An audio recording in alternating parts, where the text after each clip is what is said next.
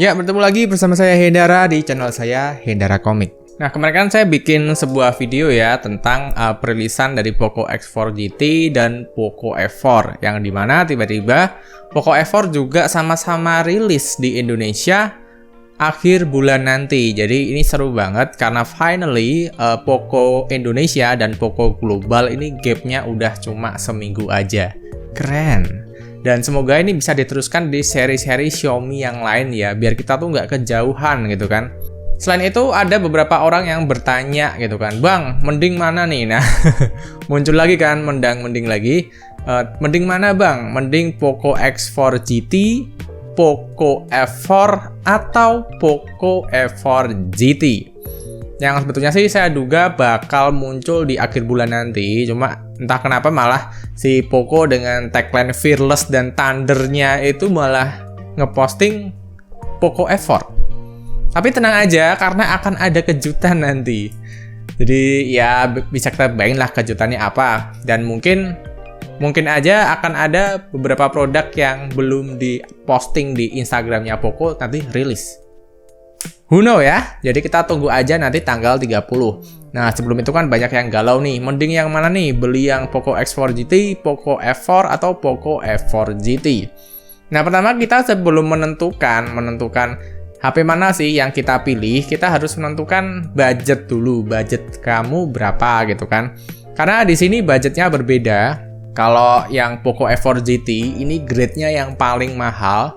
Dan perkiraan saya tuh harganya ada di 8 juta, 7 sampai 8 juta lah. Perkiraan saya ada di situ. Nggak tahu ya nanti endingnya gimana, walaupun kemarin ada spoiler yang cukup serem sih harganya di 9 juta kembali 1000. Tapi kita tunggu aja nanti di acara launchingnya ya, kalau misalkan bener-bener rilis gitu kan. Nah, lalu untuk Poco F4 sendiri, di sini kan kemarin udah ada rumornya juga dia bakal ada di harga 5 jutaan. Jadi untuk yang Poco F4 GT ini 7 sampai 8, yang Poco F4 biasa yang reguler itu ada di harga 5 jutaan. Dan untuk Poco X4 GT ini yang bener-bener nggak tahu kapan masuk ke Indonesia ya. TKDN-nya aja masih cukup gimana ya, misterius ya. Dia nggak tahu nih udah TKDN atau belum, karena setahu saya itu belum TKDN, walaupun ada beberapa kode TKDN yang masih misterius, yang masih nggak diketahui itu produk apa.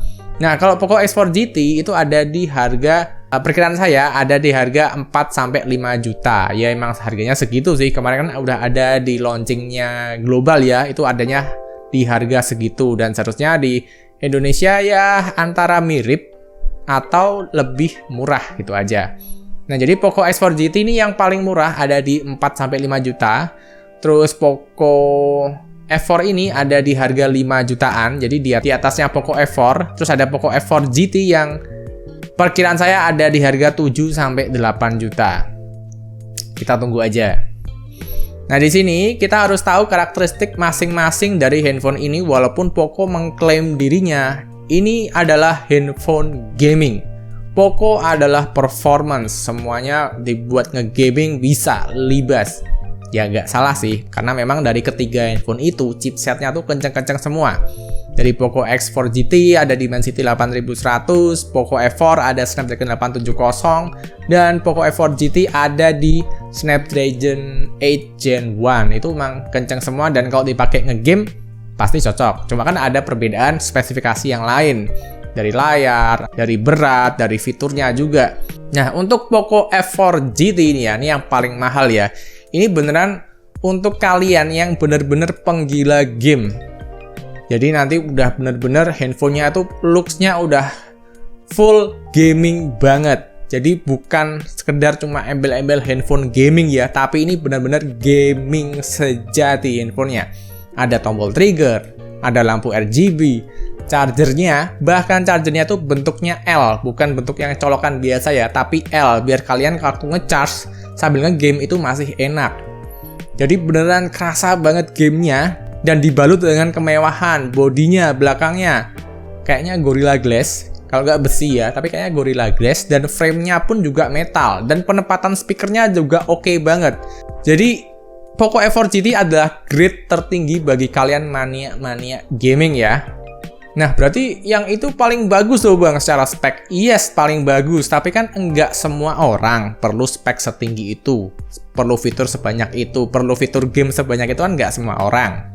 Apalagi Poco F4 GT itu triggernya memang mungkin yang paling maksimal ada di game tembak-tembakan ya. Kayak PUBG atau Apex. Walaupun kalau kalian pakai buat shortcut kegiatan sehari-hari juga bisa, buat kalian main shortcut kayak game kayak Mobile Legends juga bisa, bebas karena bisa di customisasi sendiri ya, tombolnya, triggernya tuh mau diarahin kemana tuh bisa bebas. Tapi memang kalau kalian beneran gamer sejati ya, gaming oriented, Poco F4 GT ini emang top lah, top Marco top.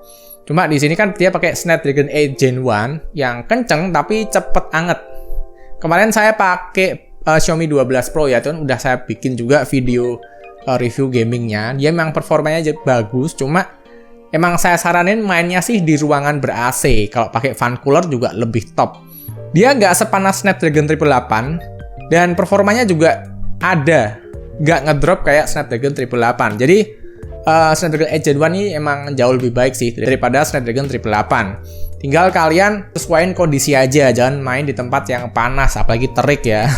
Bisa-bisa langsung nyelomot gitu nanti. Nah, cuma nanti di Poco F4 GT ini kan diklaim dia memiliki vapor chamber yang ada 2 ya. Jadi bisa mendinginkan lebih baik daripada Xiaomi 12 Pro. Nah, ini aku belum pernah coba juga, belum pernah beli dan belum pernah pegang. Jadi emang harus tunggu barangnya datang dulu. Nah, jadi Poco F4 GT ini grade tertinggi gaming. Jadi kalian kalau mungkin cuma pengguna kasual yang cuma chatting-chattingan, foto-foto aja, nonton film, ya kalau beli Poco F4 GT ya bebas uang-uang kalian, cuma mubazir. Nah, kalau kalian pengguna kasual yang biasa, mungkin kalian bisa turun ke Poco F4. Walaupun dia dibilang turun, tapi sebetulnya ya masih oke banget. Dia chipsetnya Snapdragon 870, dimana untuk kegiatan sehari-hari, bahkan game itu termasuk yang paling stabil, yang paling adem, performanya ada, settingannya terbuka. Tapi secara body, Poco F4 ini lebih casual ya, lebih all-rounder. Dimana kalau di China sana tuh namanya Redmi 40S, Redmi K40S, dan di rebrand jadi Poco F4. Emang ini lebih all-rounder sih, apalagi kameranya juga secara ISP kan udah bagus ya, Snapdragon 870. Ada optical image stabilisasi yang bikin video dan foto kamu bakal makin OC. Chargernya 67 watt, speakernya juga udah double. Nah, kalau masalah body ini saya masih bingung ya, antara kaca atau plastik. Ada yang bilang kaca, ada yang bilang plastik. Jadi, who know. Tapi secara Poco F4 ini emang handphone yang lebih all-rounder, yang bisa menjawab kebutuhan banyak orang. Bahkan seri pendahulunya Poco F3 itu saya masih pakai hingga sekarang ya. Soalnya ya dibuat nge-game bagus, HP-nya relatif adem, dibuat apa-apa siap. Apalagi untuk yang seri Poco F4 ini ada peningkatan, kameranya makin oke, ada OIS-nya juga.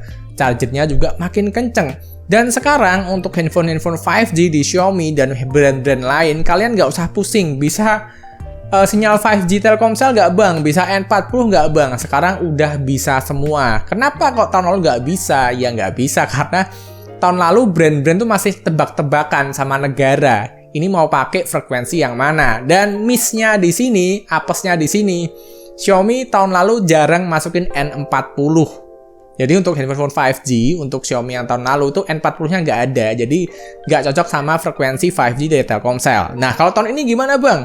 Kayak Redmi Note 11 Pro 5G sampai besok Poco F4 GT itu aman semua. Pokoknya handphone 5G Xiaomi tahun ini udah aman. Nggak perlu kalian bingung ini bisa Telkomsel atau enggak ya. Nggak usah bingung. Nah, jadi Poco F4 ini lebih all-rounder dan bentuknya lebih casual ya. Cocok buat kalian yang ya mungkin ngegame tipis-tipis sesekali, atau mungkin gamenya rada kenceng gitu kan. Enggak terlalu butuh tombol trigger juga udah oke banget sebenarnya Poco F4 ini. Paling all-rounder tapi all-roundernya cukup ngegas. Tapi ngegasnya tuh lembut banget. Pokoknya mantep lah Poco F4 ini.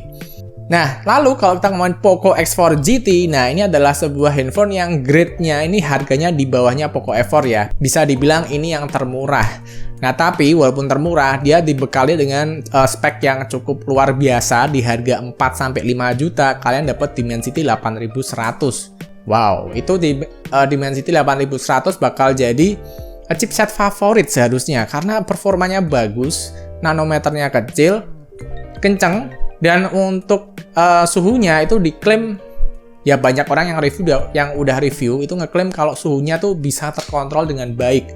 Baterai juga irit dan secara performance balance, nggak kayak Snapdragon 888. Jadi walaupun dia handphone yang termurah gitu kan, tapi performanya mungkin bisa dibilang lebih tinggi daripada Snapdragon 870 yang ada di Poco F4.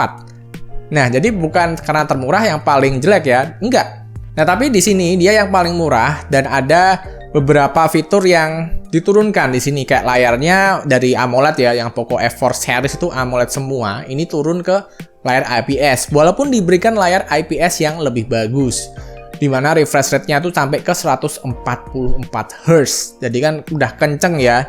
Dan grade-nya tuh pokoknya banyak fiturnya lah, ada HDR10, ada Dolby Vision, ada Dolby Atmos, speakernya double juga, chargingnya 67 watt. Ya cuma penurunannya mungkin ada di bagian kamera yang nggak ada optikalnya, bodinya yang masih plastik, layarnya yang masih IPS. Tapi kan buat semua orang kan ada yang suka juga layar IPS dan bodi plastik.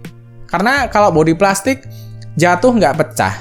Layar IPS lebih tahan lama, lebih durable daripada layar AMOLED. Kalau dibuat panas-panasan, dibuat nampilin film yang lama, dibuat nyala terus, layar IPS memang diklaim jauh lebih kuat. Yang masalah burn-in ya nggak ada kayaknya. Palingan IPS kalau paling parah burn-in sebentar tapi terus hilang lagi. Nah kalau AMOLED burn-in sebentar, mengerikan endingnya, pokoknya seperti itu. Jadi emang ada keunggulan dan keistimewaannya sendiri-sendiri di masing-masing seri. Tinggal kalian cocokkan yang mana. Mau yang Poco X4 GT, budget oke, harga murah, tapi kenceng. Atau Poco F4 yang lebih all-rounder, yang lebih premium gitu kan. Atau Poco F4 GT yang benar-benar gamer mampus lah. Pokoknya game oriented. Nah jadi segitu aja yang bisa saya bagikan buat teman-teman yang tanya kemarin, Bang, mending Poco X4 GT, Poco F4 atau Poco F4 GT. Nah, jadi seperti itu ya untuk perilisan barangnya. Ini saya kurang tahu, tapi tunggu aja di tanggal 30 kita nonton bareng-bareng acara peluncuran resmi dari Poco Fearless Series ya. Poco F4 yang jelas. Kalau yang Poco F4 GT ya gimana ya, masih belum berani ngomong kalau belum lihat acara launchingnya ada atau enggak. Jadi segitu aja videonya. Terima kasih buat teman-teman yang udah nonton dari awal sampai akhir dan sampai bertemu di video berikutnya. Bye.